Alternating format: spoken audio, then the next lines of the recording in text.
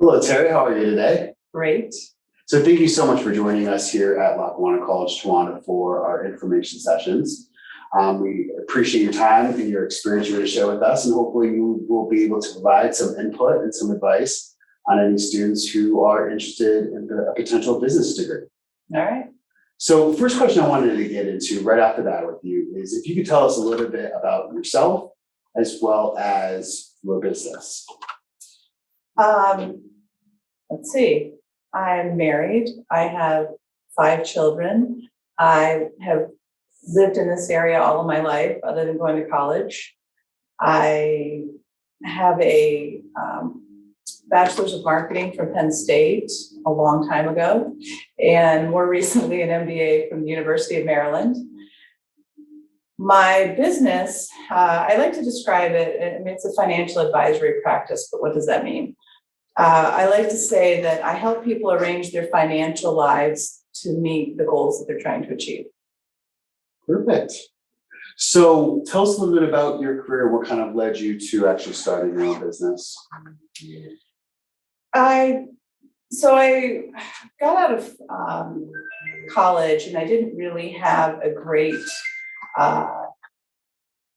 idea of what I was going to do with my life. I had a marketing degree and I live in this area. And so I guess I thought maybe I was going to do advertising at one point. Then, I realized that it was kind of limited, the career options. So I ended up getting an offer to work for Prudential Insurance. And I sold insurance for about 5 years.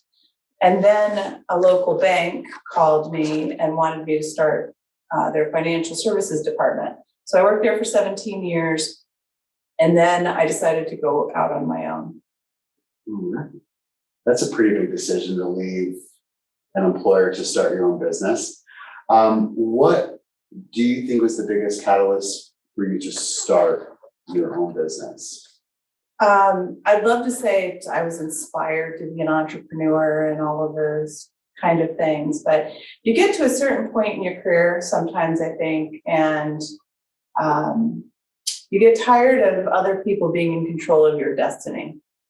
And so my boss and I had different ideas of how the business should be run, and I decided to go out on my own, mostly so that I could run the business the way I wanted to, and I could pick the clients that I wanted to work with, and I had just have more freedom to structure my time and my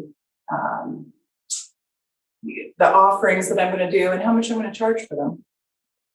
I think a lot of people probably start businesses for many reasons, but I'm imagining one of the largest is probably that freedom to run that operation as you see fit. Now, do you kind of in that transition, did you see when you're working for your employer the opportunity to, make a bigger impact, operate in a more, financially sound manner? Like, what were you noticing that you were like, I think it's time outside of just general operations, or anything key that was kind of driving you to start your own business? I felt a big lack of appreciation where I was. And so I really felt like I was contributing a lot to the organization, and the organization did not see it or appreciate it. And so it seemed silly. And I left a pretty well-paying job with security that came every week. I had a paycheck and I had benefits and I had a place to go, and I knew the lights were going to be on and there was going to be support there. And I said, I just am tired of not being appreciated. And so I also had this vision that I could. So it's kind of a funny thing. So I didn't want to leave because I had created this business and I started the department. So 17 years into this business, I had a business within a business that I thought was perfect. And I had created this thing and I hated to leave it. And I said to myself, I did it once, I can do it again. And so I kind of looked at my situation. I've always been really good with money and made sure that, and I always told people this when I worked at the bank: be here because you want to be here, not because you have to be here. And so arrange your financial life in such a way that you are doing something because you want to be doing it, not because you're being financially forced to be there. So I had that financial freedom that allowed me to take a chance. And so I did the numbers and I thought, well, if I can end up with $10 million in assets under management, I will be able to pay the bills. And so when I left the bank, I had 58 million in assets under management. And at the end of the first year, I had 30 million. And so I knew that it would be fine. So there were some tense moments in the beginning when I thought, will people follow me? Will clients come if I don't have this backing of an institution? Will they trust me if I'm out on my own? Are they actually coming to see me, or are they coming because it's the bank and they trust the bank? So the biggest thing about going independent was, am I going to be successful? And that's a big question mark because you don't know. There's a lot of risk. Yes. Do you think that there's a certain type of mindset that someone, and regardless of what, area of business they may want to pursue their education, do you think there's a common thought process, mentality, to get into the business field and be successful? I think the biggest thing that you have to do is be self-motivated, because nobody's going to wake you up and say, hey, you need to get to work. Nobody's going to say anything if you don't show up on time, or if you leave early, or if you don't do something that you needed to do. There's nobody standing over you. And, a saying that I've heard many times is, successful people do things that unsuccessful people are unwilling to do. So it's do the extra, stay for the extra phone call, make sure things and stuff gets processed in a timely manner, do things right the first time, call clients back today, not, oh, I'll get to it tomorrow. So I think that discipline is really important. Absolutely. Now, let's kind of take a step back. When you were initially thinking about going to college, what made you, because you said you have your bachelor's in marketing. Yes. What made you kind of go toward marketing in the business field as an area of study? Well, originally, I had an idea. So when I was in high school, I thought, I want to be the CEO of a major corporation. That was my original goal. And I had taken academic classes, but I also took accounting when I was in high school and had gone to like FBLA competitions and such. So I really liked it. I liked the teacher. And so my first major, if you will, was accounting. And then I went and I started accounting, and then I realized that it was the most boring thing that I'd ever done in my whole life. And I don't think that everyone feels that way. I think some people really like accounting, but for me, I'm not such a detail person. I'm more like a concept person. And so I didn't want to chase pennies. So I decided to change my degree, and I went to marketing. And then I sort of thought, well, maybe I'll go to law school. And I got through 4 years of school and thought, I really just want to go work because I just can't take another term paper for now. And so I got my marketing degree, and instead of going on to law school, I, went out into the workforce. And I have to say, my dream of being the CEO of a corporation kind of went away for two reasons. One was I met a boy and got married. That sometimes messes things up, who wanted to stay around here. But the other part of that was when I went to work for Prudential, I worked for a small office, but it was a very large corporation. And then I went to work for a smaller company.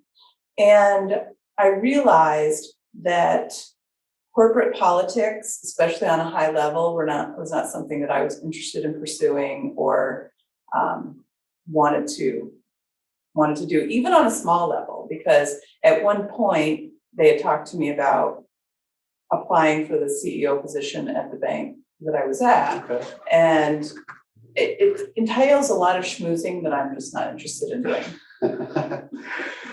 I think that a lot of folks, when they're thinking about going to school, feel like they have to have that answer before they ever commit. And the reason why I say that is we work with students all the time who are like, "I'm thinking about management, maybe I want accounting, I don't know."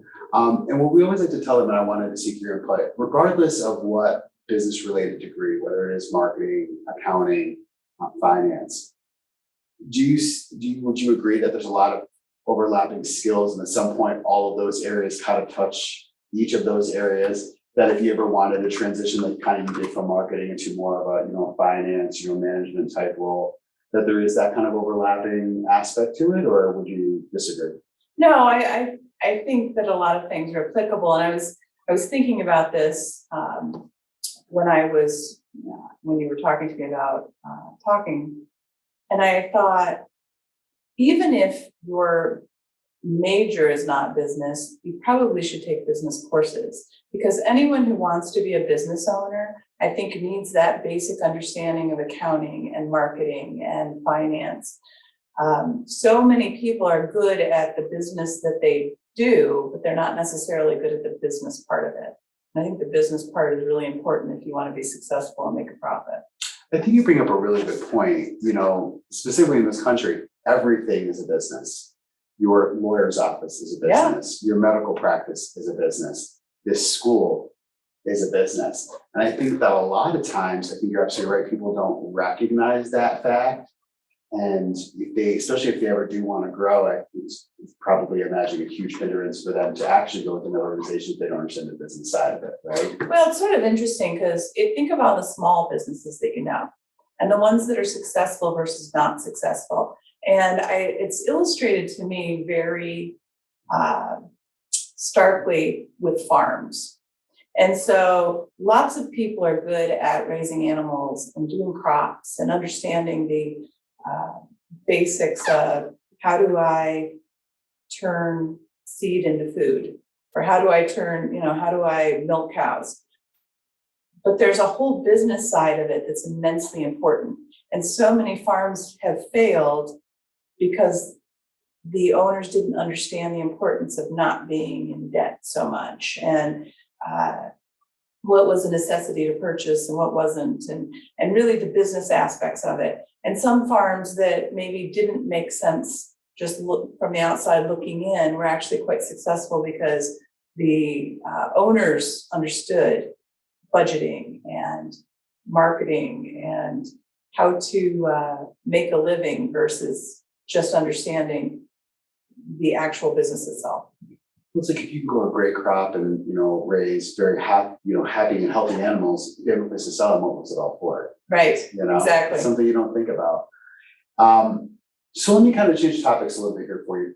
Let me ask you, at least initially, then we'll get into the dirty part of it, but what would you say is the best part about not just owning your own business, but the business field as a whole?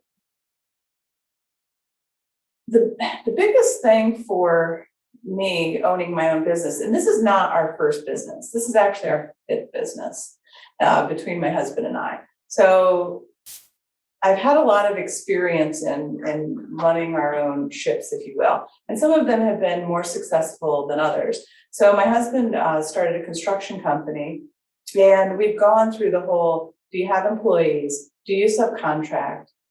Do you want bigger jobs or smaller jobs? And where do you make money? And so that was a good learning experience. And I sold Avon, which, multi-level marketing, you see a lot of people doing that. So you get to understand, like, do I really want to make money at this? Or am I just doing this for a hobby? Or, what's my goal here? And we own rental buildings. And so our rentals, I've always treated as a business, with the idea that I'm going to buy a property and I want the tenants to pay for it. And so at the end of the day, I want to end up with money that I didn't have to create myself. And there's a lot of decision-making that has to go into rentals. What do I need to put into it? What's the return that I'm going to get? Does it make sense to put in tile floors, or do I stick with linoleum? And so, what kind of rental do I have? And then we were partners in a brewery. And I discovered that it's very difficult to have a partnership, and you have to make sure you're on the same page and that everything's spelled out very clearly. And it was a great learning experience as far as you know, trying to deal with other personalities within a business that you don't just own yourself. And so this was actually our fifth business. It's been far and away the most successful, but I think perhaps that's because that's where my background lay. And so I knew what to do. And I also had the background of finance and budgeting and all those things. And so the original question is, what's the best thing about that? The best thing about that is I get to set the rules. I get to say when it's open and when it's not. I get to say how much vacation I have and where I can work from. And I also take my dogs to work. And so, I guess if clients don't like dogs, they don't have to come in. So I mean, like, I can make those rules. I also have a no jerks policy. So I have on occasion declined to work with clients because I didn't like the way they talked to me, or I had dealt with them in the past and they either didn't listen to my advice or were just difficult and for whatever reason to work with. And I don't have to work with people that I don't want to work with. You don't have to take a client because the boss is telling you need to make your quota. Yes, and at one point I had the boss come in when I was at the bank, and he said, so and so says that you didn't want to work with them anymore. And I said, well, they're bad business because they do stuff that's not ethical, and it's only a matter of time until it's a problem for us, and I'm not doing it. And so I don't want to have that conversation with somebody. I want to do things because I want to do them. The other thing is, I own the business. So here's the thing. When I worked at the bank, when I leave the bank, it's over. Like, I might have my retirement account, but now I have a successful business that I can sell and or mentor someone to come up behind me and take over the business, and I own it. I own the building that it's in. I own all the computers and the furnishings, and I also own the cash flow that comes every year. And for me, I'm getting the result of my labor instead of letting somebody else have it. Rather than just a fraction of the Yeah. money that you bring in. Right. So on that same token, I feel like a lot of people who work in management or want to own their own businesses kind of have a headstrong kind of mentality. I think you need to be confident in yourself, even though if you're not confident in the direction that things are going. Is that something that you find challenging sometimes when you have to make such a big decision?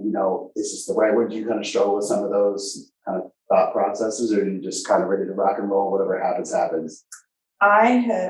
I always have to say I have an abundance of self-confidence. So that's never been an issue for me. I know for a lot of entrepreneurs and just people in general, they struggle with self-doubt. That's not really something I've ever struggled with. So no, and I don't tend to dwell on things. And so I'll get the best information that I can get, and I will make a decision. And so they always say the enemy of the good is the perfect. And so you have to accept the fact that you're going to make the best decision you can and move on. You can't dwell on things, or you get tied up in the weeds and lose focus. And but I've never had an issue with that. So let's flip that coin over. So what would you say is some of the biggest challenges of owning your own business and the business field in general? So today, my biggest challenges today really stem from government regulation, which creates a lot of havoc. A lot of things change, especially in our field. And our field is one of the most highly regulated because people steal people's money. And so, they're just Bernie Madoff? No. Exactly. I'm saying exactly. And so we have a lot of regulation, there's a lot of auditing, there's a lot of documentation that has to happen. The second thing is employees. Employees are tough. Like you have to be able to manage someone, you have to have tough discussions sometimes. You have to decide, how am I going to compensate this person? What's fair? What do I do with raises? Should I give them time off with pay, without pay? What compensation will motivate them to do what I need them to do in the best way? And just picking people. And, sometimes people move away and it's not anything that you could have done or couldn't have done. And then you have to figure out how to replace them and retrain. And so employees are a challenge at times. The other thing that I think is really difficult is when you first start. And again, this goes back to being fiscally responsible in your personal life.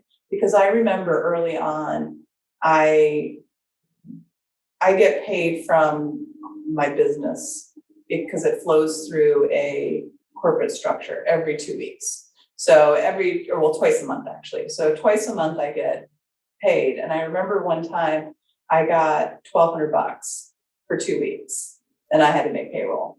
And there was other stuff due too. And so it's a scary time if you don't have sufficient funds put behind you that you can,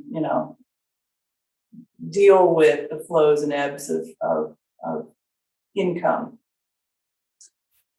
I don't think a lot of people understand the type of responsibility that comes not just with, maybe working in management and having to supervise people, because if something doesn't work, you have that kind of company behind you. But in addition, when you own your own business, that every single one of those, for someone who's worked in management, it seems like such a mundane, almost frivolous kind of decision. You hire somebody because somebody leaves, you get somebody in.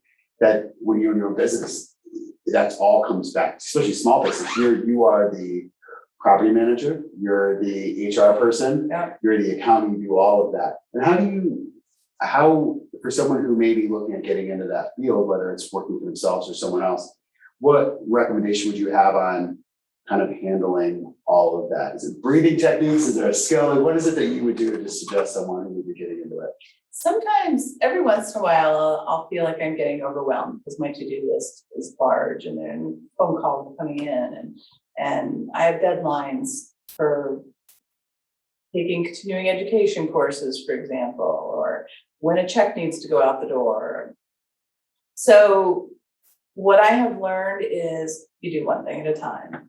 You write them all down, hopefully in order of priority, and you do one thing at a time. And you just concentrate on getting one thing done at a time. I think sometimes you can get overwhelmed by, I have these 10 things to do, and you start one and you don't finish it, but then you go on to the second one. And so sometimes just completing things on your list and concentrating on that, I think is really important. So the next question I wanted to ask you about, obviously the whole purpose of this is for, again, anybody who's interested in maybe getting a degree in business, really getting the good, bad, the ugly, really making sure it's the right decision for them. If you could share with us, and be as honest as you can, what role did the degrees that you seeked and that you completed, what impact did that have on your career, on you owning a business? Did it open up doors of opportunity for you? Did it give you skills that you needed, as you work through some of these challenges? So it's really interesting. My marketing degree did almost nothing to prepare me to sell life insurance. Well, yeah. Slowly different track of maybe what you were expecting, right? Well, I think for some reason, when you say marketing, people think advertising. And marketing really is selling. And so on a higher level, it's selling.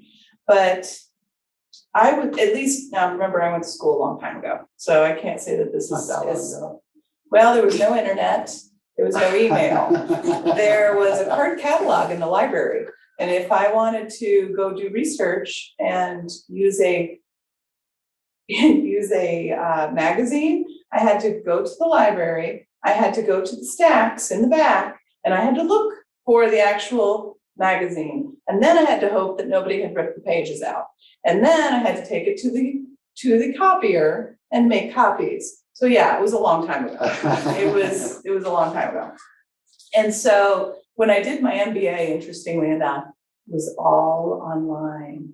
And there was a computer and they, let you search for articles and stuff. And wow. So, they didn't talk about sales. They talked about advertising. They talked about product promotion. They never really talked so much about techniques of sales, which I think would have been probably a helpful thing. Luckily for me, I had a really good sales manager who worked with me, taught me a lot, was very tough on me. I'd wake up on I'd be like, go to bed Sunday nights and have a pit in my stomach if I did not have enough appointments lined up. And so it was a really tough gig. But I stayed there for 5 years. I got promoted to manager. And then when I went to work for the bank, again, I had to really learn a bunch of products. I had to take a bunch of licensing. So it's interesting because you would think, oh, well, you have a finance degree, so you know everything about finance. I would say almost nothing that I do as a financial planner, I learned when I took my finance courses. Yeah. Or in college. And so I think, and I hate to say this because maybe you're not going to be happy with this response, but I almost think that college sort of proves to you and an employer that you can learn, you can make a goal, you can get to the goal. And so I think the subject matter maybe isn't as important as understanding how to learn, how to, like I said, how to make a goal. So for example, my marketing degree, I got in 1992. So I would guess most of the people you're talking to weren't even born in 1992, right? And so, again, there was no internet, there was no email, there was nothing electronic. So my marketing I haven't been taught how to Google stuff, how to advertise on Google, or how to do email campaigns, or how to do ads on Facebook. Like I had to learn all of that as these things occurred. So I think the other theme is, if you're smart about this, you start with a basis of education, but understand that if you want to improve, you always need to be learning. And so you should be taking courses as you get older and updating your skills, because they're not going to stay the same.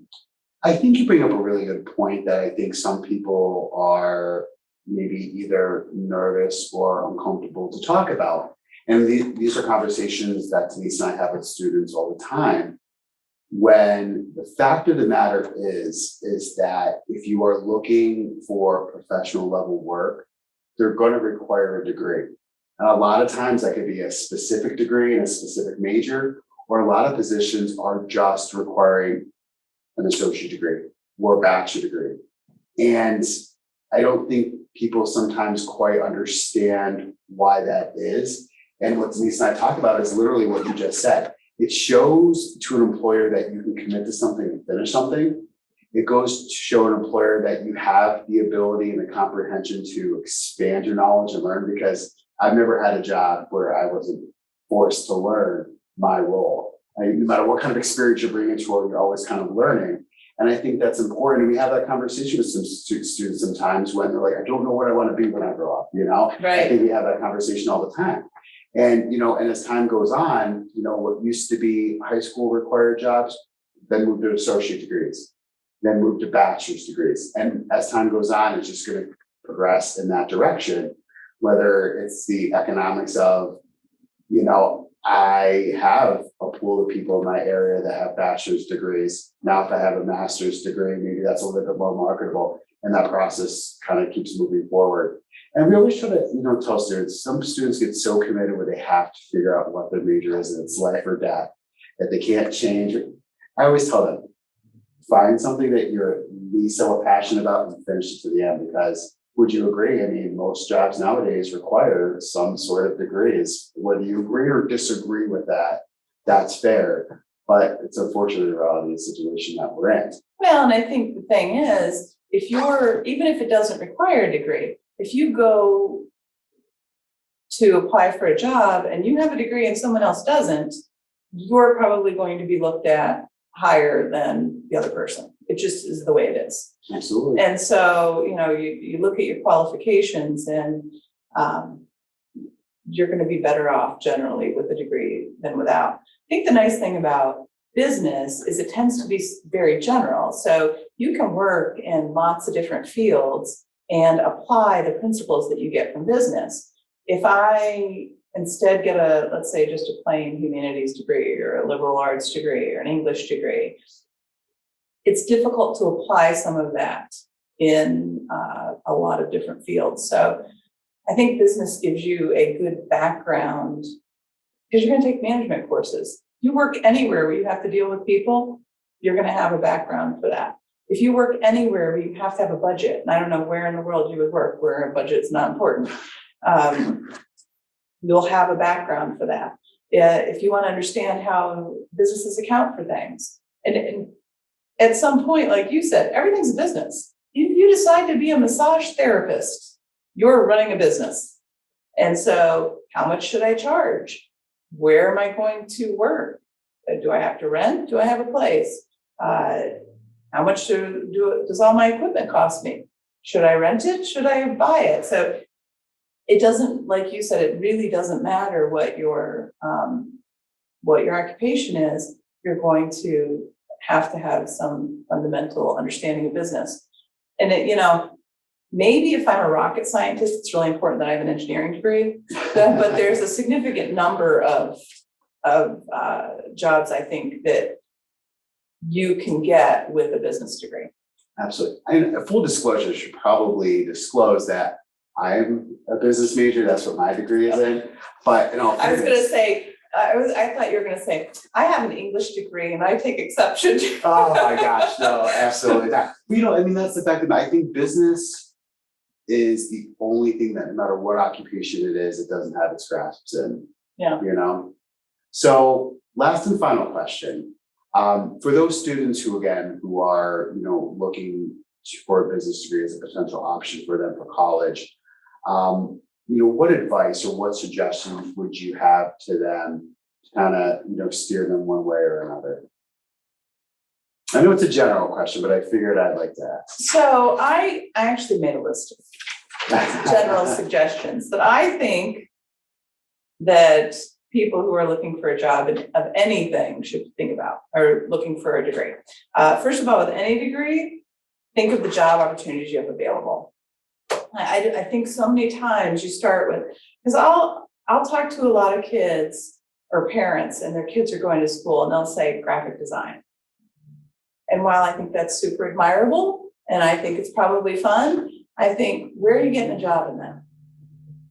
And there are graphic design jobs, but how plentiful are they? Are they going to be where you're going to live? What kind of connections do you need to make to get one, and so forth?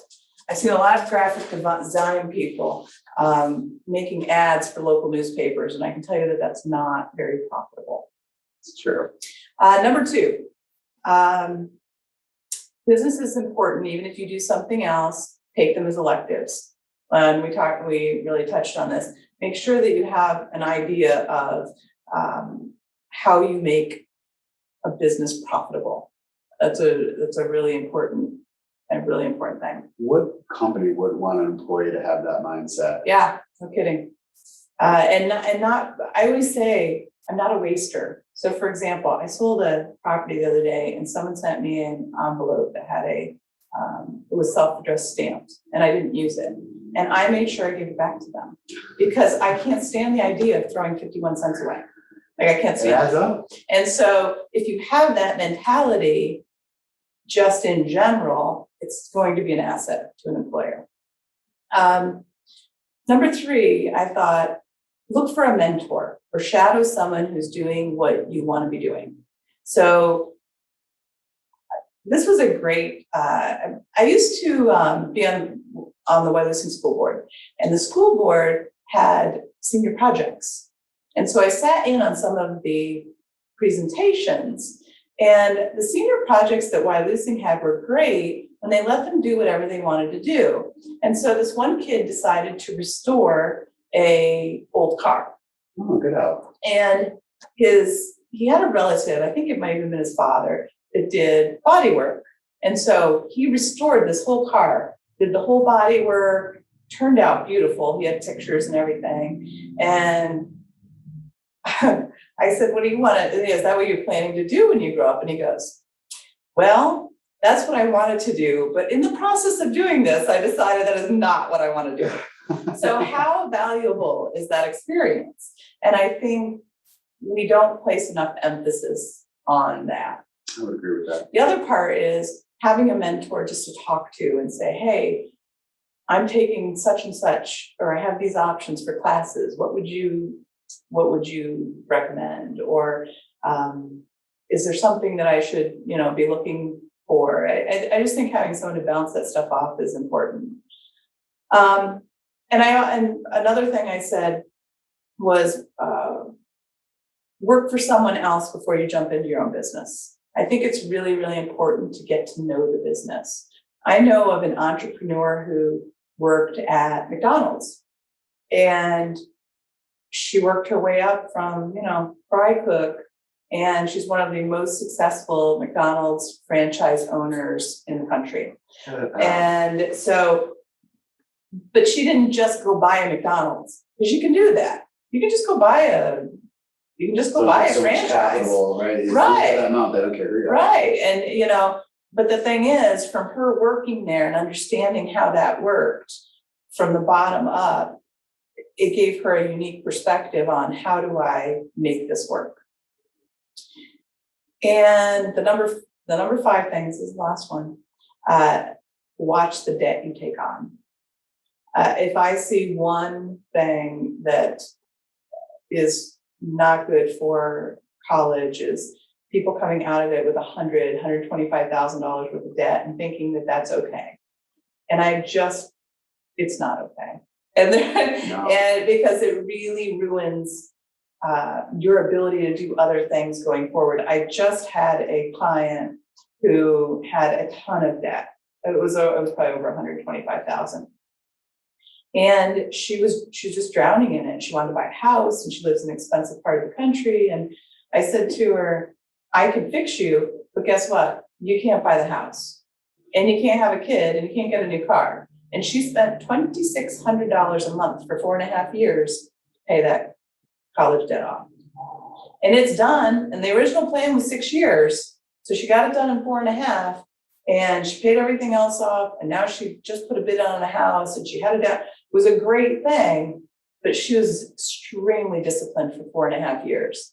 And I asked her, didn't you work while you went to school? Yeah, I did. And my daughter even said this. When I get out of school, I'm going to make bank. So it doesn't matter. It matters. And so when my daughter was going to school, I told her, I will help you with the tuition, but I will not help you with room and board. You can live at home, or you can pay as you go. So if you do nothing else, pay your room and board out of pocket.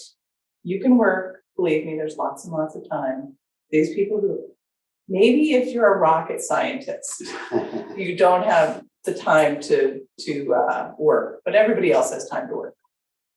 And the more you do, the more obligations you have, the more efficient you'll be. Because I think a lot of kids just waste time because they have all this time. So anyway, work while you're going to school. Don't take on too much debt. You'll thank yourself when you graduate. That's wonderful advice. And there's 2 main points of that really stuck out to me.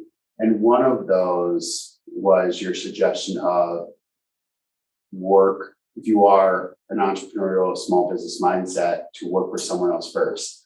One of my professors, when I came to Lackawanna years ago for my associate degree, Professor Gurley always told me, he's like, no one is perfect. And when you are fresh out of college and working in a career, you're going to make mistakes. And he said, make those mistakes on somebody else's dime. He said, not when you Yeah. worry about how you're going to put food on the table, how you're going to pay a mortgage and all that. That was one of his number one items, work for someone else and make mistakes on their dime. So that's a really good piece of advice. And the second one is the cost of college tuition. And this is what, honestly, a huge plus about Lackawanna College is we are the lowest tuition for private education in the Northeast. So I think that says a lot because, well, I think a lot of people would, when I was in high school and I was thinking about going to college, cost of education was never talked about. It was where you wanted to go, who had the prettiest dorms, who had the nicest grounds, the nicest quad, and all these amenities. And the cost of it was never talked about until you're like, okay, you're going to come out owing $150,000 in debt for your bachelor's degree, and you're going to make about $15 an hour in your profession. And yes, you work hard, you get promoted, and eventually your pay will increase, but how many years is it going to take for you to pay that off? And that is something about Lackawanna that really does get a lot of people's interest, that they get that private education. And, even if they're going full time, 15,000 a year, you're earning your bachelor's degree, for 60 grand compared to some other schools where it's 45, 50 grand just locally a year. So it is very important. And I think it's a good point that you bring up. And it's something that I think Lackawanna has a good part to help educate people and not come out owing debt that you'll be paying off until retirement. Right. Well, and people here, if you're coming to the Towanda campus, you probably live in the vicinity. Exactly. So you have that opportunity to live at home. And while it may not seem appealing, and I have to say, my daughter could have lived with me, and I'm a horrible mother. So therefore she didn't want to live with me. You run a tight ship. That's not a bad thing. That's not a bad thing. So she got her own apartment and she worked 3 jobs while she went to school. And I think at the end of the day, she was actually better off for it because she learned the value of hard work and making your own way in life. And I helped her a little bit, but I have to give her most of the credit for everything that she did. Well, personally knowing your daughter, that wasn't far from the tree in that aspect. Yeah. So Terry, thank you so much for joining us today. You shared a lot of information that I think will help push a student in one direction or another. I think it's important to have honest conversations with students that, from a school, sometimes we can be the cheerleaders. This profession's great and this is what you can do. But I think it sets people up for false expectations sometimes when they get a degree in accounting and they realize they're staring at numbers every single day of their life, that maybe that's not the right fit. And some it is, but I think it's good to know both sides. We appreciate your time today. Well, thanks. Thanks for having me. Thanks, Terry.